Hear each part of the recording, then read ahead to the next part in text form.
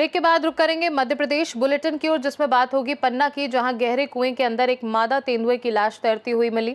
आगे बात करेंगे श्योपुर की, जहां कराहल में द्रौपदी गुर्जर हत्याकांड को लेकर गुर्जर समाज ने थाने पर किया प्रदर्शन। ऐसी तमाम खबरों पर आइए विस्तार से डालेंगे नजर।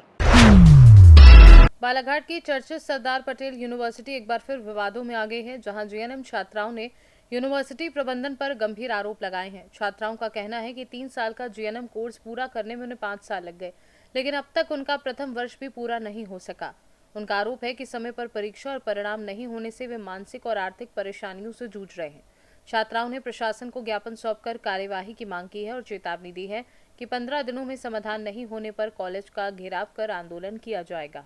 मैं यहाँ पर एडमिशन किया था ताकि उधर फीस मेरे को ज़्यादा लग रही थी, तो लेकिन इन्होंने मेरा इतना समय ख़राब कर दिया है और बोला था कि 3.5 साल में कंप्लीट हो जाएगा, बट इन्होंने 3 साल लगा दिया हमारे सिर्फ सिलेबस को, फर्स्ट ईयर के सिलेबस को। हमारे एग्ज़ाम हुए 2025 में एग्ज़ाम हुए मई में, 1 साल हो गया सर, रिज़ल्ट भी नहीं आया है और ये तो है, लेकिन कॉलेज वाले के पास हम जाते हैं तो हमको भेड़ बकरियाँ भी कह देते हैं कि आप लोग ऐसे भेड़ बकरियों जैसे मत आया करो, एक एक आया करो। सर पूरे लोग संगठित होके जाते हैं तो कॉलेज वाले हमको भगा देते हैं। और दूसरी बात सर, फीस एकदम टाइम टू टाइम मांगा जाता है। हमको 8 दिन का टाइम दिया जाता है सर, 8 दिन में हम 15-15 हज़ार 20-20 हज़ार रुपये अरेंज करते हैं लोन लेकर के। मैंने एक बार सेकेंड ईयर की फ़ीस भरने के लिए मैंने लोन भी लिया ताकि मुझे एडमिशन करना है करके।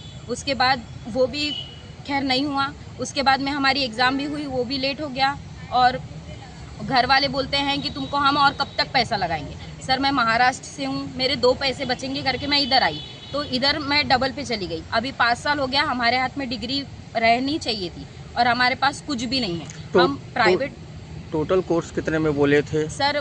75 हज़ार रुपये हमको पर ईयर लगेगा बोले।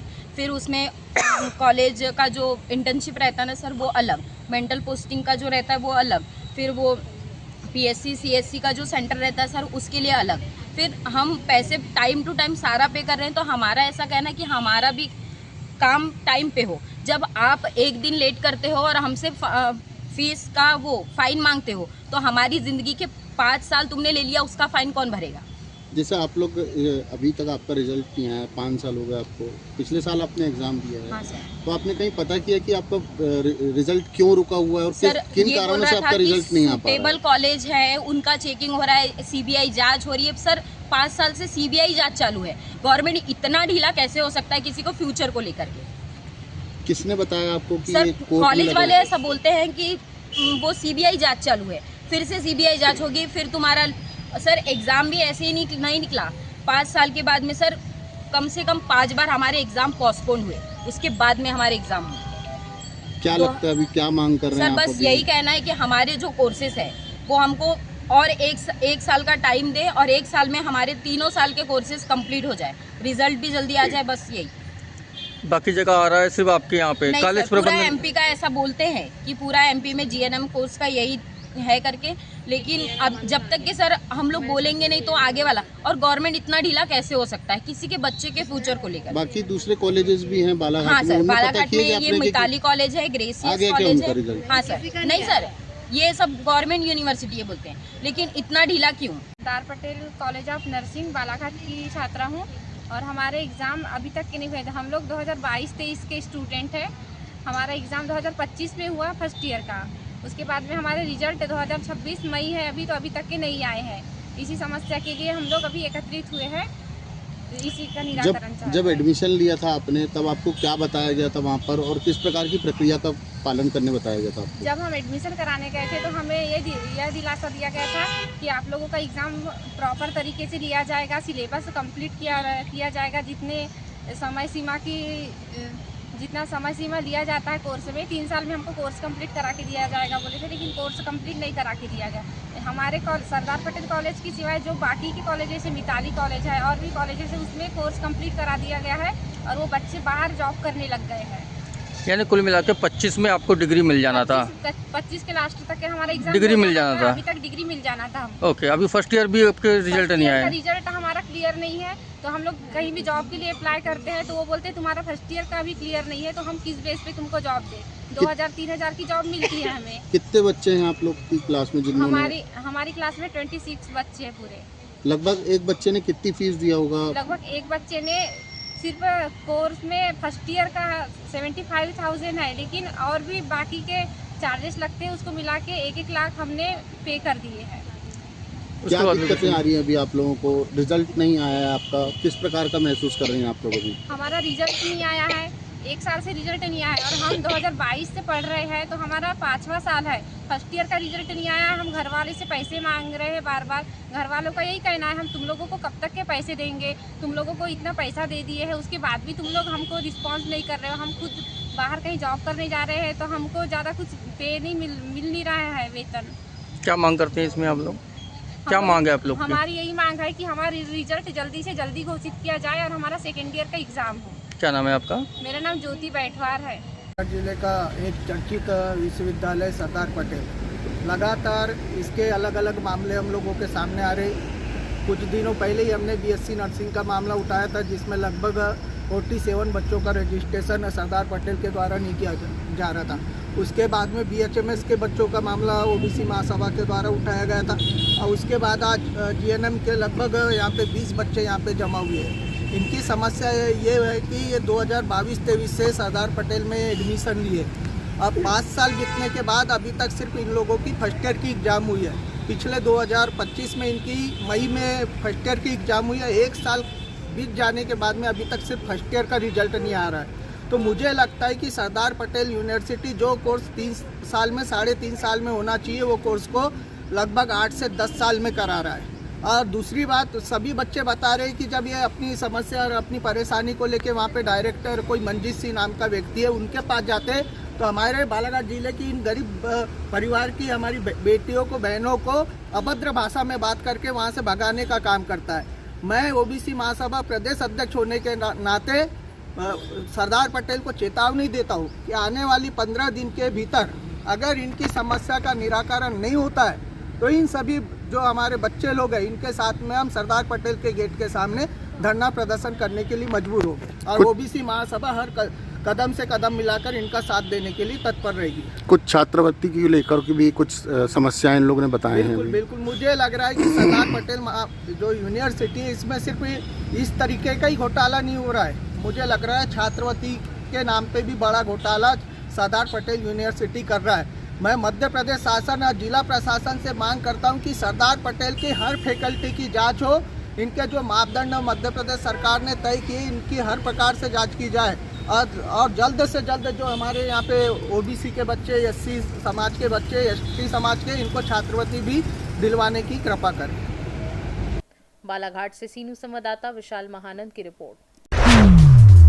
दतिया जिले में थाना डिरौली पार पुलिस ने रतनगढ़ माता मंदिर मार्ग पर हुई लूट के मामले में फरार चल रहे 10,000 रुपए के इनामी आरोपी को अवैध हथियार सहित गिरफ्तार किया है। 14 मई को करौली के पास 4 अज्ञात बदमाशों ने दर्शन कर लौट रहे दंपत्ति से सोने चांदी के जेवरात और नकदी लूट ली थी। मामले में पुलिस ने पहले ही 36 घंटे में खुलासा कर लिया था और अब फरार आरोपी अंका उर्फ हनुमंत सिंह यादव को रतनगढ़ मंदिर मार्ग से पकड़ लिया है। उसके कब्जे से 12 बोर का तमंचा, जिंदा कारतूस, चांदी की पायल और नकदी बरामद हुई है। आरोपी पर पहले से भी कई आपराधिक मामले दर्ज हैं और पुलिस आगे की कार्यवाही कर रही है। दतिया से सीनू संवाददाता नितिन दांत्रे की रिपोर्ट। पीपलरावा में संविधान और नागरिक अधिकारों की रक्षा को लेकर राष्ट्रपति के नाम 11 सूत्रीय मांगों वाला ज्ञापन स्थानीय थाना प्रभारी सुबोध गौतम को सौंपा गया है। ज्ञापन का वाचन शंकर सिंदल ने करते हुए कहा कि देश में बढ़ते सामाजिक और राजनीतिक तनाव के बीच संवैधानिक मूल्यों, सामाजिक सौहार्द और नागरिक अधिकारों की रक्षा जरूरी है। ज्ञापन में सीएए, यूसीसी और वक्फ संशोधन अधिनियम को संविधान की मूल भावना के विपरीत बताते हुए इन्हें वापस लेने की मांग की गई है।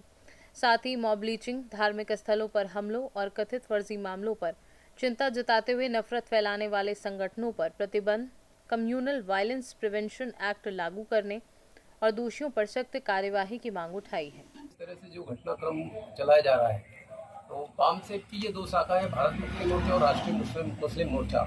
उसके तत्वावधान में जो है पूरे देश में जिस तरह की SC, ST, OBC और माइनॉरिटीज़ के ऊपर जो अन्याय अत्याचार हो रहा है, उसी संदर्भ में नगर पीपलरावा में थाना प्रभारी पीपलरावा को राष्ट्रपति महोदय के नाम ज्ञापन सौंपा है। जो मतलब माइनॉरिटी लोगों के साथ जो हत्या हो रही है, SC, ST, OBC के साथ हत्या हो रही है, उसके संदर्भ में राष्ट्रपति महोदय को हमारे द्वारा ज्ञापन दिया गया है। देवास से सीनू संवाददाता साजिद पठान की रिपोर्ट।